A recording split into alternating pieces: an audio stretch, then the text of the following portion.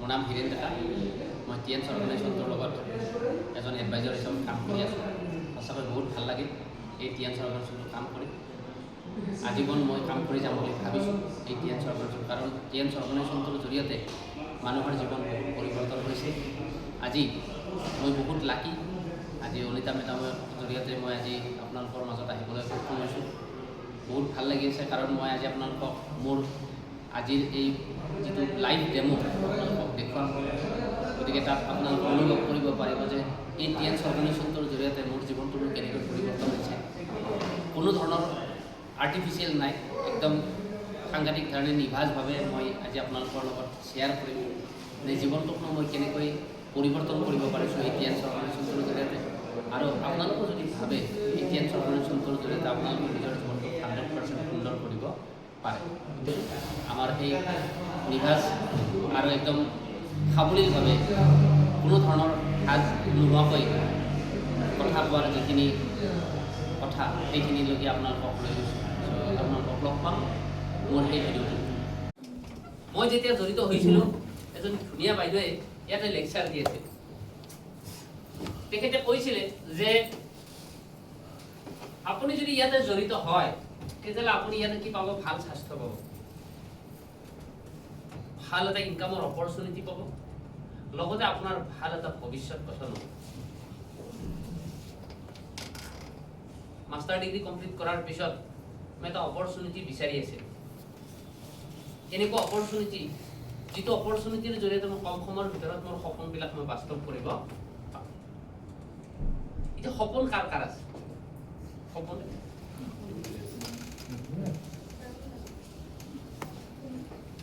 যদি সপোন আছে তেতিয়াহ'লে এইটো এটা ভাল ৰাস্তা হ'ব পাৰে। মই নাজানো, মোৰ কাৰণে সেই সময়ত এই অৰ্গেনাইজেশ্যনটো মোৰ কাৰণে এজন ভগৱানৰ এটা সাংঘাতিক ধৰণৰ বৰদান স্বৰূপ আছিল।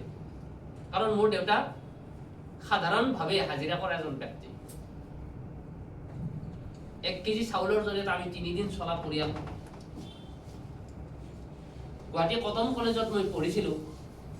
হয়তো 6টা ষ্টেচন গুৱাহাটী কটন কলেজলৈকে মোৰ ঘৰৰ পৰা 6টা ষ্টেচনত মই 6 বাৰ নামো, কাৰণ মই টিকেট নাকাটাকে আহোঁ, কাৰণ টিকেট কাটিব মোৰ হাতত পইচা। মই যেতিয়া ক্লাছ 6, 7, 8 এনেকুৱা সময়ত মই এটা লংপেনৰ জৰিয়তে 3 বছৰ চলিছিলোঁ। কিয়? কাৰণ মোৰ দেউতাই হয়তো সেইখিনি যোগ্যতা নাছিলে, কাৰণ 7জনীয়া পৰিয়াল এটা পোহপাল দিয়া আজিৰ পৰা প্ৰায় 25 বছৰ আগত হয়তো বহুতেই কষ্টকৰ আছিল। সেই সময়ত ইনকাম চ'ৰ্চ বুলিবলৈ হয়তো বিশেষ নাছিল।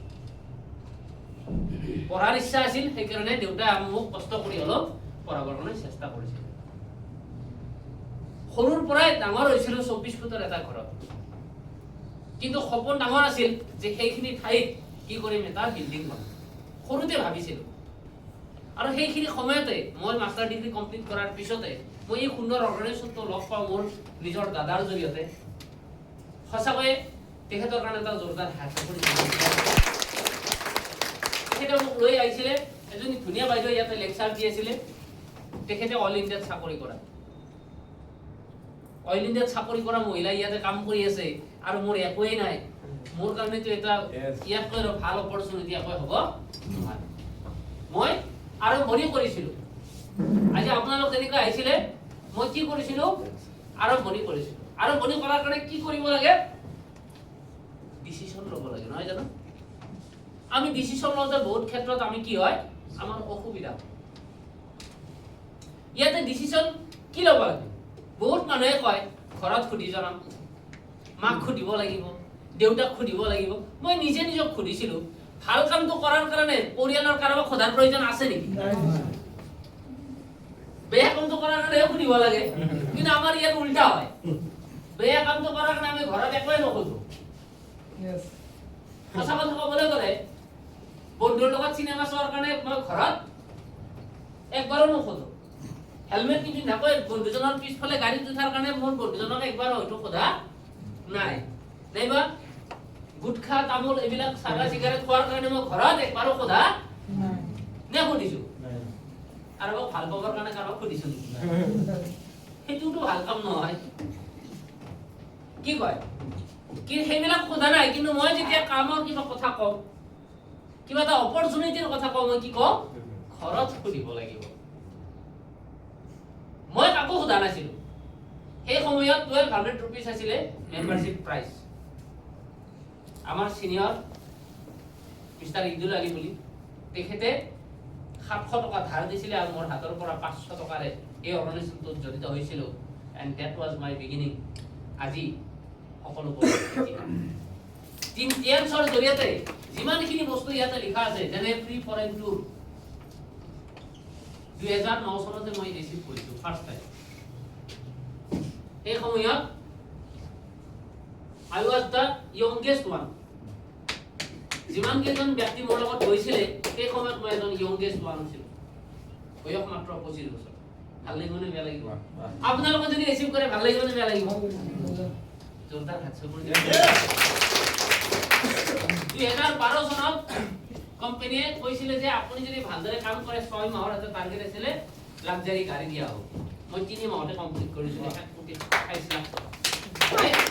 তো 2012 চনতে মই লাক্সাৰি কাৰ ৰিচিভ কৰিছো। 2014 চনৰ পৰা মিষ্টাৰ জয়কুমাৰ সিনহা ছাৰে দেখুৱাইছে যে আপোনালোকক ৰয়েলটি ইনকাম দিয়ে, bronze line, silver line, gold line হ'লে। 2014 চনৰ পৰা আজিৰ দিনটোলৈকে মই গোটেই পৃথিৱীৰ পৰা ৰয়েলটি ইনকাম আৰ্ণ কৰি আছো। ৰাইট? 2019 চনত কোম্পানীৰ ফালৰ পৰা মই আকৌ কি কৰিলো? লাক্সাৰি কাৰ এগেইন এৱাৰ্ড উইন কৰিলো আৰু মই ফৰচুনাৰ গাড়ী কিনিলো। 2024 চনত কোম্পানী মোক ভিলা এৱাৰ্ড দিছে। এইখিনি কি হৈছে? মই পাইছো আপোনালোকৰ একো আহা নাযায়, ৰাইট? কিন্তু মই ক'ব বিচাৰিছো এইটোৱে যে এইখিনি মই কিয় পাইছো? কাৰণ মই এটা ডিচিশন লৈছিলো। এই ডিচিশনটো মোৰ যে মিছা নহয় তাৰ কাৰণে মই আপোনালোকক ক'ব বিচাৰিছো। যদি আপোনালোকেও কাম কৰে, আজি 19 বছৰে এই অৰ্গেনাইজেশ্যনটোৰ লগত কাম কৰি আছো, 19 বছৰে মোক ইয়াতে সাপোৰ্ট দিছে। কোম্পানী হওক, প্ৰডাক্টে হওক, ষ্টাফে হওক, ডিষ্ট্ৰিবিউটৰে হওক, যিখিনি সাপোৰ্ট পাইছো এইখিনি সাপোৰ্ট আপোনালোকে নিশ্চয় পাবই পাব।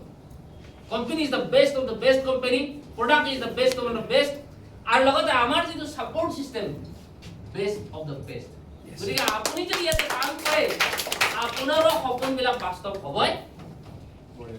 তাৰ কাৰণে কি কৰিব লাগে? ডিচিশন ল'ব লাগে। Decision is very very important. মই এই পৃথিৱীখন দেখিছো মোৰ মা দেউতাৰ এটা সিদ্ধান্তৰ কাৰণে, নহয় জানো? এটা ডিচিশনৰ কাৰণে। মই আজি ইয়াতে আহিব পাৰিছো এটা ডিচিশনৰ কাৰণে।